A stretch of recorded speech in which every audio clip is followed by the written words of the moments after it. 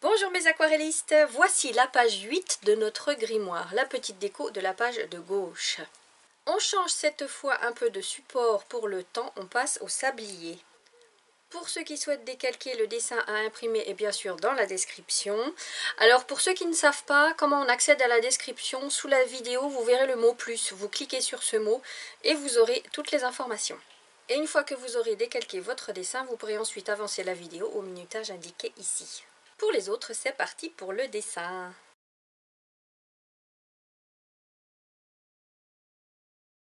Comme la dernière fois, vous préparez un petit support qui fait 2,5 cm de large et 17 cm et demi de haut. Et au-dessus et en dessous, vous voyez, vous tracez un petit trait à 5 mm du bord. Ce sera plus en l'occurrence pour placer notre washi tape après. Donc je vous laisse mettre pause le temps de préparer votre support. Maintenant, vous positionnez votre règle avec le 0 au bord de la feuille. Et vous faites des points de repère à 3 cm, 7,5, 7,8 et 12,3. À vous. Entre les deux premiers points de repère, on va tracer cette moitié ici de sablier. Un arrondi, on tire et un arrondi en bas.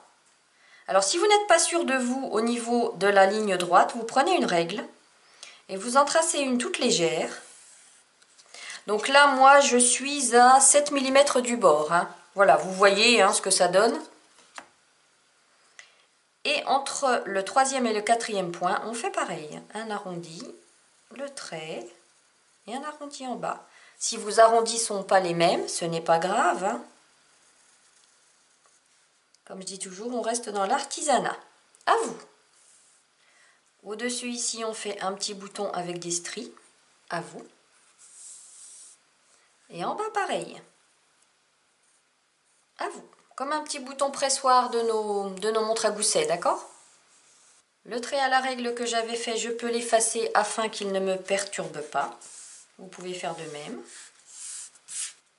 Et maintenant, je vais tracer ce trait-là qui va partir en longeant cette courbe-là. Et cette barre arrive dans notre bouton.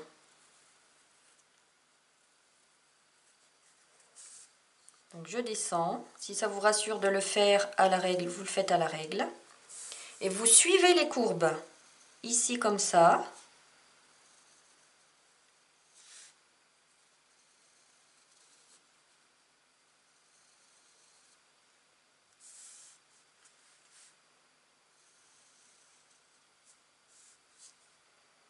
Et on arrive dans notre petit bouton, pareil que en haut. À vous. Pour dessiner la clé, on va tracer un axe qui va nous servir de repère. Au centre, comme ça, à vous. On va tracer les deux petits cercles qui sont là avec notre gabarit, au-dessus et en dessous de cet axe.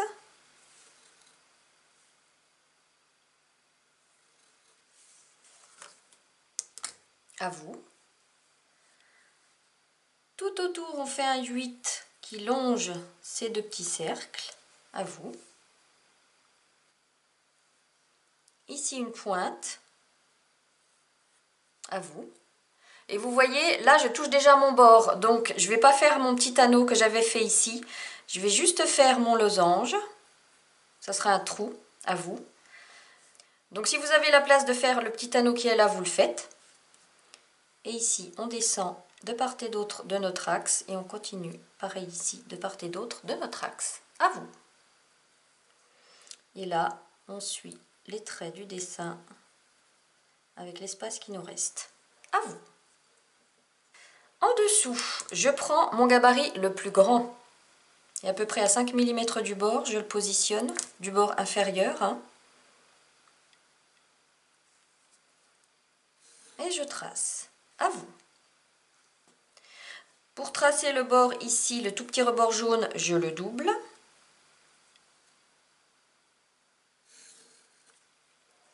À vous. Et ici, je vais tracer une petite horloge qui est complètement en décalage.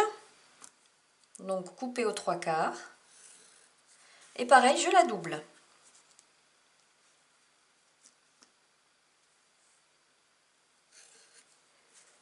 À vous. Et à l'intérieur, je dessine étoile, lune, soleil. Donc si vos symboles ne sont pas parfaits, ce n'est pas grave.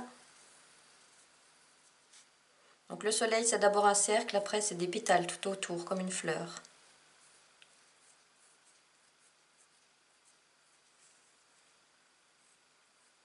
Là, vous pouvez faire en même temps que moi, hein.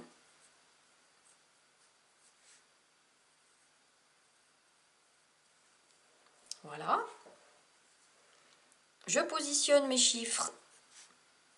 Le 12, le 6, ici le 9 et le 3, ben on ne le voit pas. La vis centrale et des aiguilles auxquelles vous donnez la forme que vous voulez. Et ici, deux petits ronds, mais ça c'est pareil, ce sera travaillé après plus à l'encre. À vous. Cette petite barre arrondie ici, eh ben, je prends un emporte-pièce et j'en profite, hop.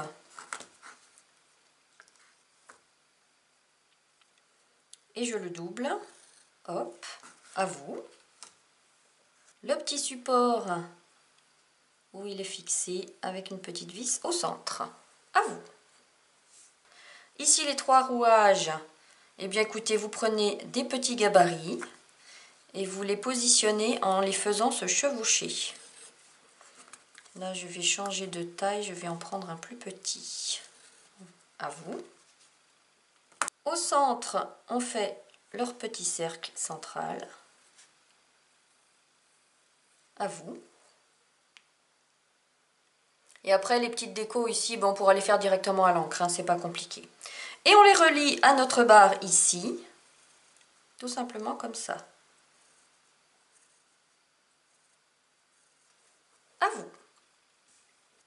Voilà, le crayonné est terminé. Maintenant, on peut repasser à l'encre. On prend nos crayons à encre indélébile et on commence par les éléments qui sont au premier plan, c'est-à-dire ce petit bitonio ici, avec la petite vis. On repasse. Alors, à main levée, où vous reprenez vos gabarits si ça vous rassure. Voilà. On va faire nos liens ici.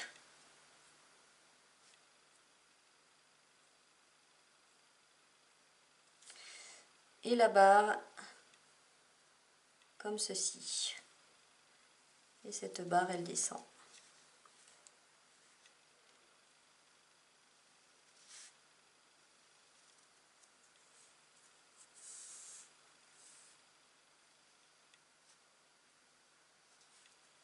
Donc vous pouvez faire en même temps que moi, pareil, hein.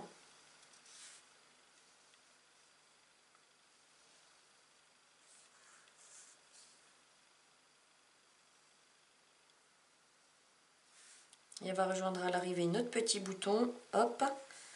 Je fais ma clé. Ici tout droit.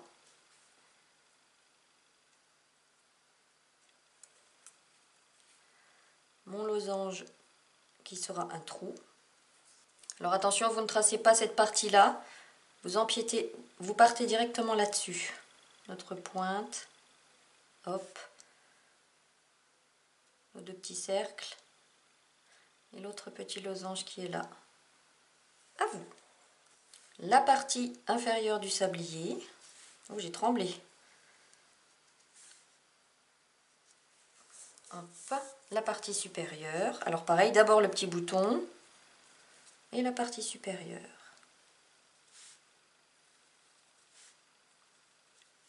Voilà. Je reprends mon emporte-pièce pour repasser mes rouages.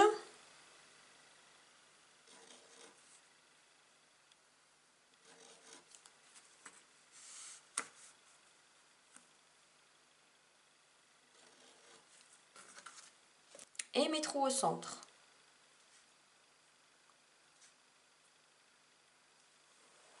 À vous. On fait tous nos petits carrés autour que l'on colorie. Tous nos petits crans. À vous.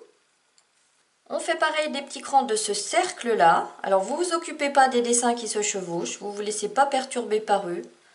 Vous vous concentrez uniquement sur ce cercle-là. Voilà. Et les rouages tout autour de ce dernier cercle-là, ce sont des petites vagues que l'on va colorier en noir également. Donc pareil, vous ne vous occupez pas de ce qu'il y a dessous. Si ça se chevauche, eh ben on fait tout en noir.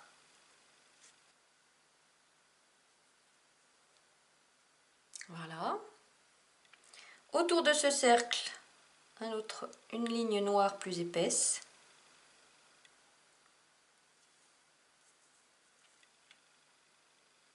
Au centre de ce petit cercle, un petit noir. Voilà. Ici, des traits que l'on fait comme ça, de travers.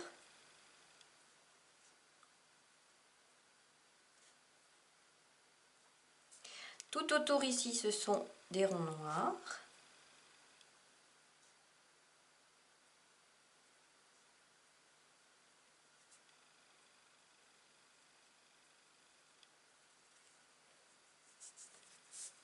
Et dans celui-là, ce sont des pointes comme des gouttes, mais un peu carrées sur le dessus.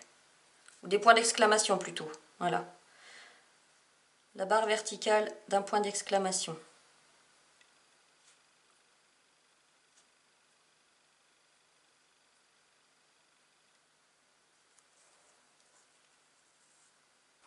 Je reprends mon gabarit pour tracer à l'encre mes cercles qui sont là.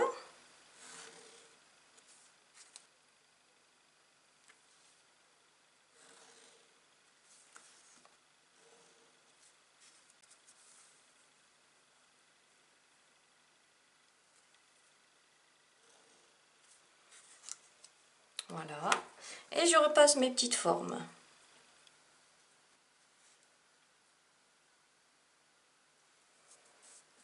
Et tout autour, ce sont des petits traits.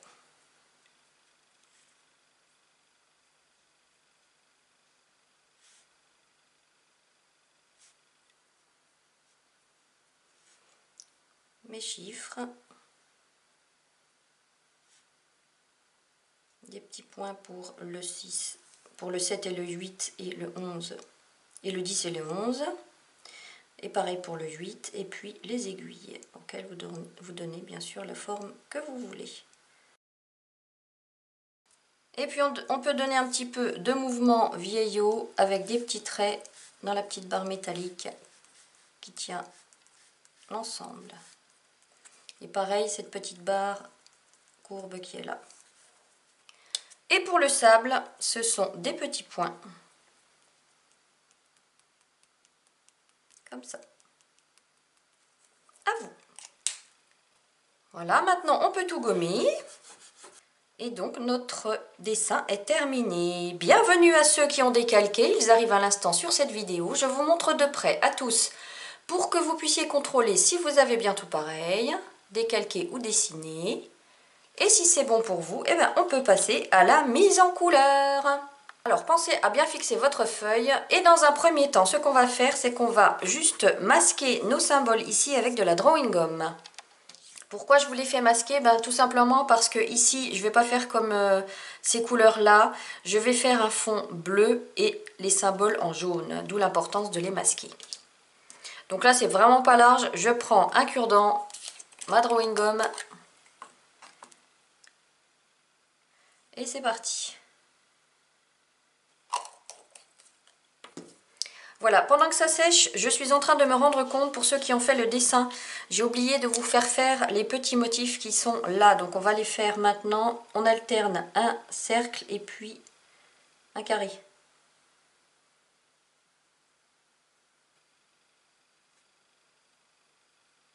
Voilà. Je vous laisse mettre pause pour appliquer votre drawing gum et puis faire les petits motifs et je vous dis à tout de suite.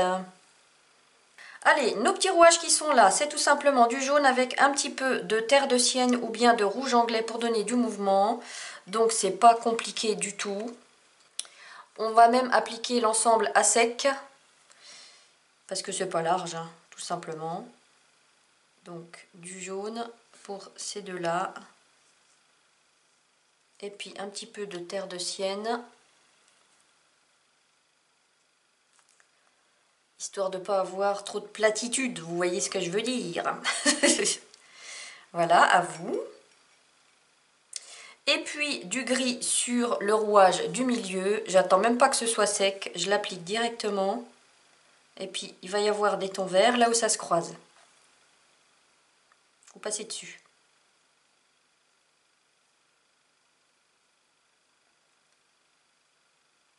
Bim, à vous. Donc on applique les couleurs à sec parce que c'est pas large. Donc là vous pouvez faire en même temps que moi.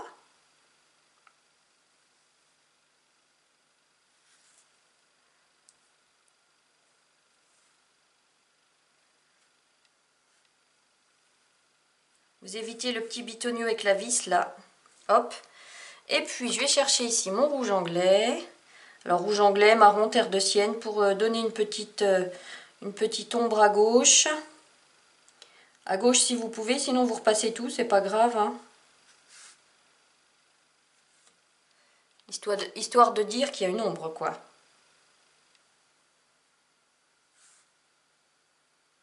Voilà. Et en terre d'ombre brûlée, on va ajouter une petite ombre portée du petit bitonio ici à gauche. Je remouille un petit coup mon pinceau pour aller chercher des pigments. Une petite ombre portée là.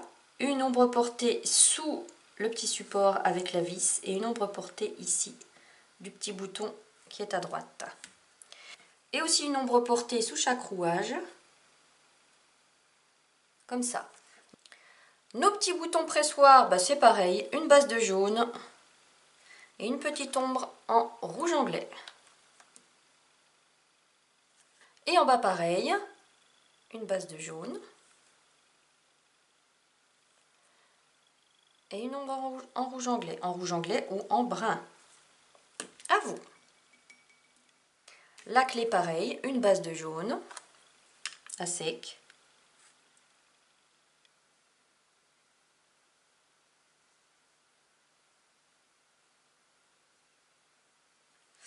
Ensuite du rouge anglais. Et on tapote et on laisse migrer. Là où ça veut migrer. On n'est pas obligé de tout recouvrir.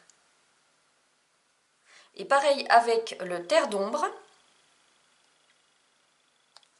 Je tapote et je laisse migrer là où ça veut aller. Vous voyez là, il y a tellement d'eau et c'est tellement pas large qu'on va laisser l'aquarelle décider de ce qu'elle veut faire.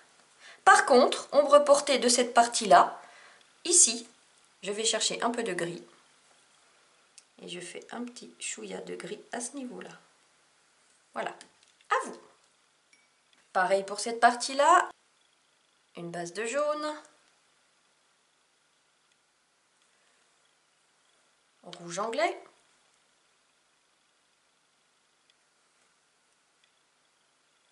Je rince un petit coup mon pinceau parce que mon rouge anglais est quand même assez puissant. Je vais chercher mon terre d'ombre brûlée. Et je fais l'ombre portée de la petite partie avec la vis, ici. À vous.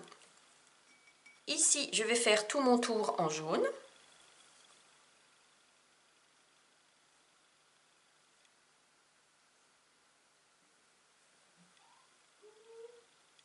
Auquel on va donner un petit peu de mouvement en rouge anglais. Sur la gauche. Mouvement ou ombre. Hein. Sur la gauche, ici en bas, on reste à l'extérieur. À vous. Pareil pour notre petit centre en jaune. À vous. Maintenant, le vert ici, c'est tout simplement du cobalt turquoise avec un petit peu de magenta pour le mouvement.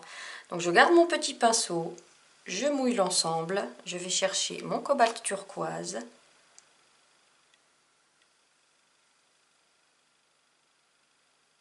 Je laisse une tache de lumière au centre si elle veut bien. Je rince mon pinceau, je vais chercher mon magenta et puis je donne des petits mouvements comme ça, irréguliers.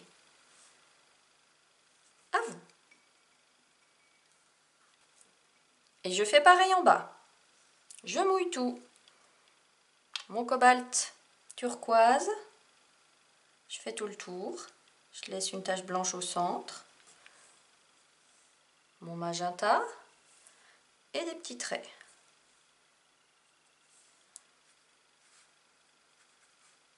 À vous. Le petit support avec la vis, une base de jaune. Et une ombre en rouge anglais ou en marron sur la gauche. À vous. Le centre ici, c'est tout simplement du gris. Donc, je vais chercher mon gris de manière assez légère pour pas qu'il y en ait trop dans un premier temps. Je vais embarquer mon jaune qui est pas sec, vous voyez, c'est pas grave. Ça va donner du mouvement. Et puis des petits reflets verts. À vous. Et notre fond, ici, j'avais dit que ce serait du bleu. Je vais chercher du bleu outre-mer, donc assez foncé. Par contre, là, je vais mouiller d'abord. Si votre jaune, ici, n'est pas sec et s'il s'en va, s'il migre, c'est pas grave. Vous laissez faire. Mon bleu outre-mer.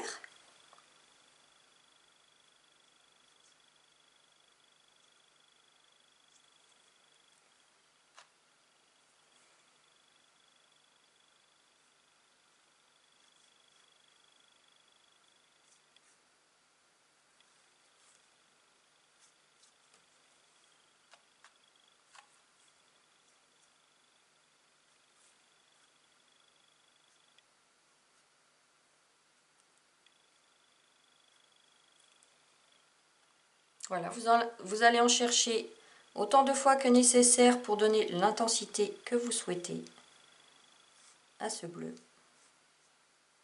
À vous. Maintenant que la partie inférieure ici est sèche, je vais faire mon sable, vous voyez, avec de l'ocre doré. Alors ici c'est de l'ocre doré de chez Blox. Maintenant ça peut être du marron clair que vous avez mélangé avec du jaune, hein. Vous n'êtes pas obligé d'avoir de l'ocre doré.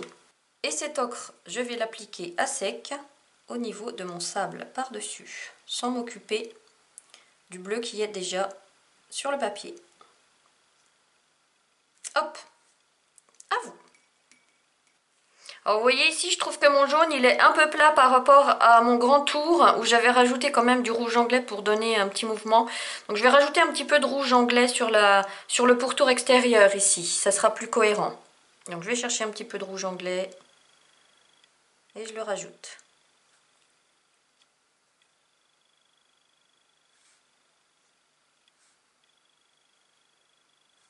Voilà, à vous. Lorsque la peinture est sèche, eh bien, on retire tout simplement la drawing gum et on peint tous nos petits éléments en jaune.